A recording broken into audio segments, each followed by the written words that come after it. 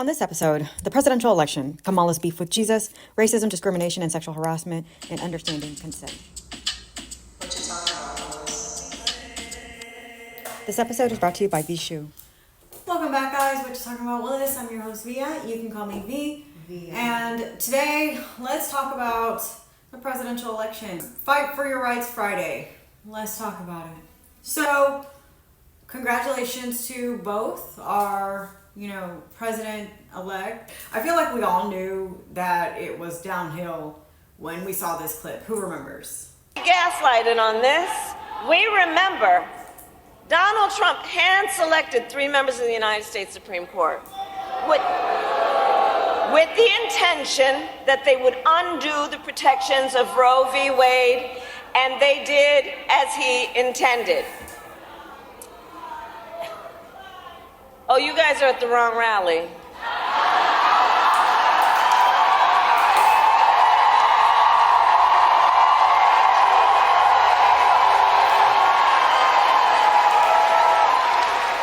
No, I think you meant to go to the smaller one down the street.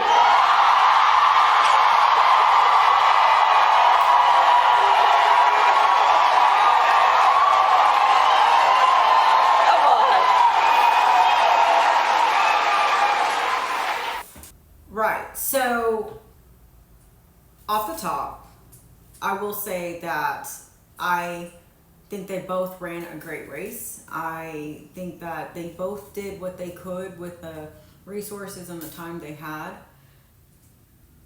We live in a country that was built on freedom of religion. And to think that you're at a rally and someone says Jesus is Lord, and you tell them to go to a different rally,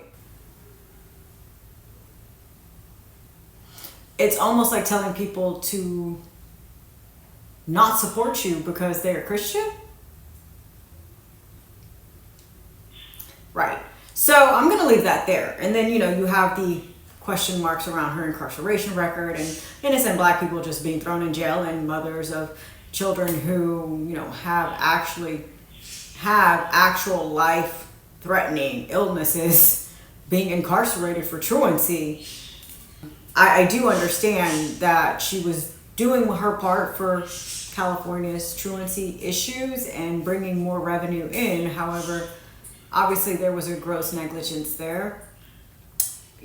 I will say that I feel like, are we surprised that she lost? I was a little. I felt like everywhere I looked, the propaganda, the media was overwhelming and overbearing to a certain degree. It almost felt like I could not see a pro-democratic post, real, either way. I was a little surprised. It seemed like there was overwhelming support for her. And I, sympathize with her loss, and I hope that she takes it well, knowing she ran a good race, and wish our new president the best of luck, and may God be with him in the next 4 years, that he can guide this country in the direction that we need.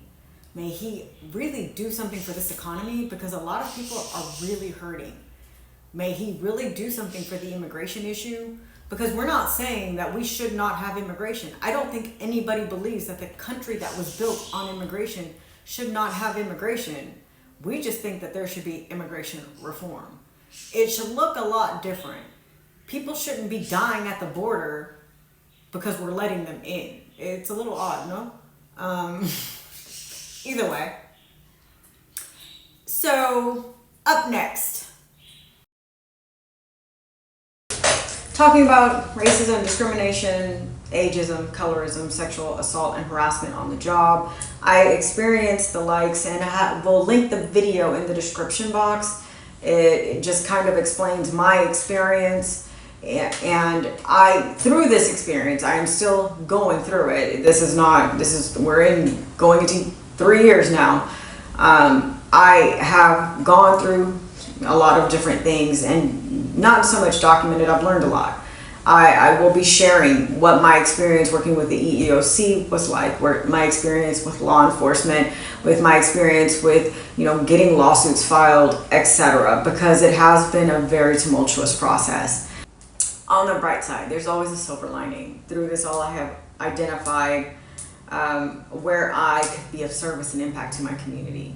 And in the US, we have a voluntary self-identification and disability form. It's the 305 form. I am going to be proposing, we're actively working on legislation that I will be proposing for this form as a lessons learned from my experience, for lack of better words.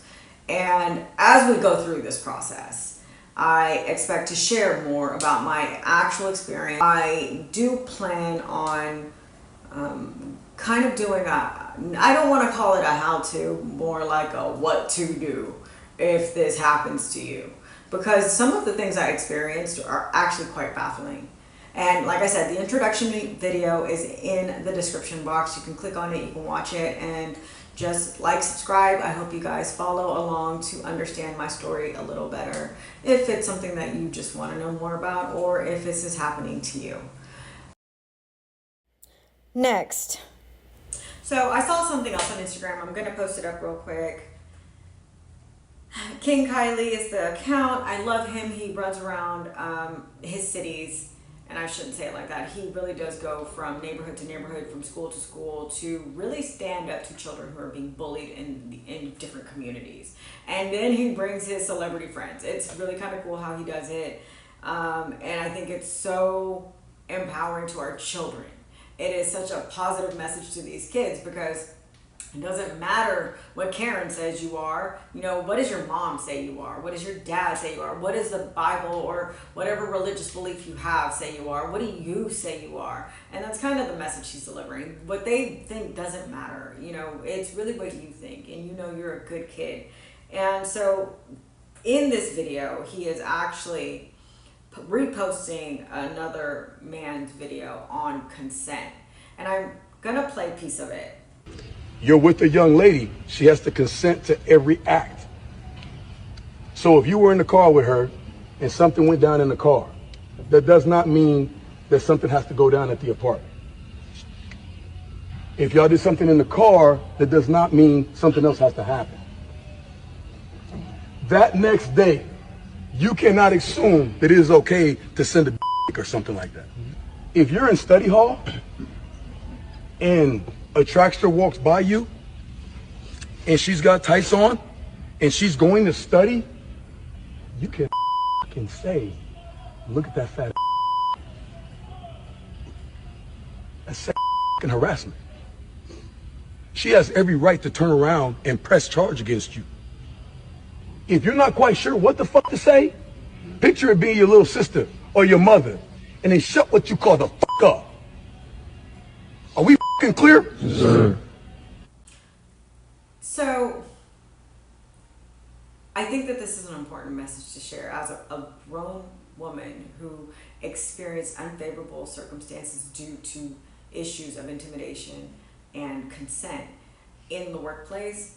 This is a serious issue. As a rape survivor, I understand that we need to talk to our young men, our grown men, women too, because it's a fallacy to think that men are the only problem. But my experience has been that, we do need to make sure that people understand. No means no, and I'm not interested. It is unjust at best that because you look a certain way, you act a certain way, or because someone else has a certain position, or because they think they are somebody that they're probably not, that a woman has to be subject to humiliation or ridicule, degradation. And I am more than 1,000% sure that this is a problem that as a society, as a community, we need to address.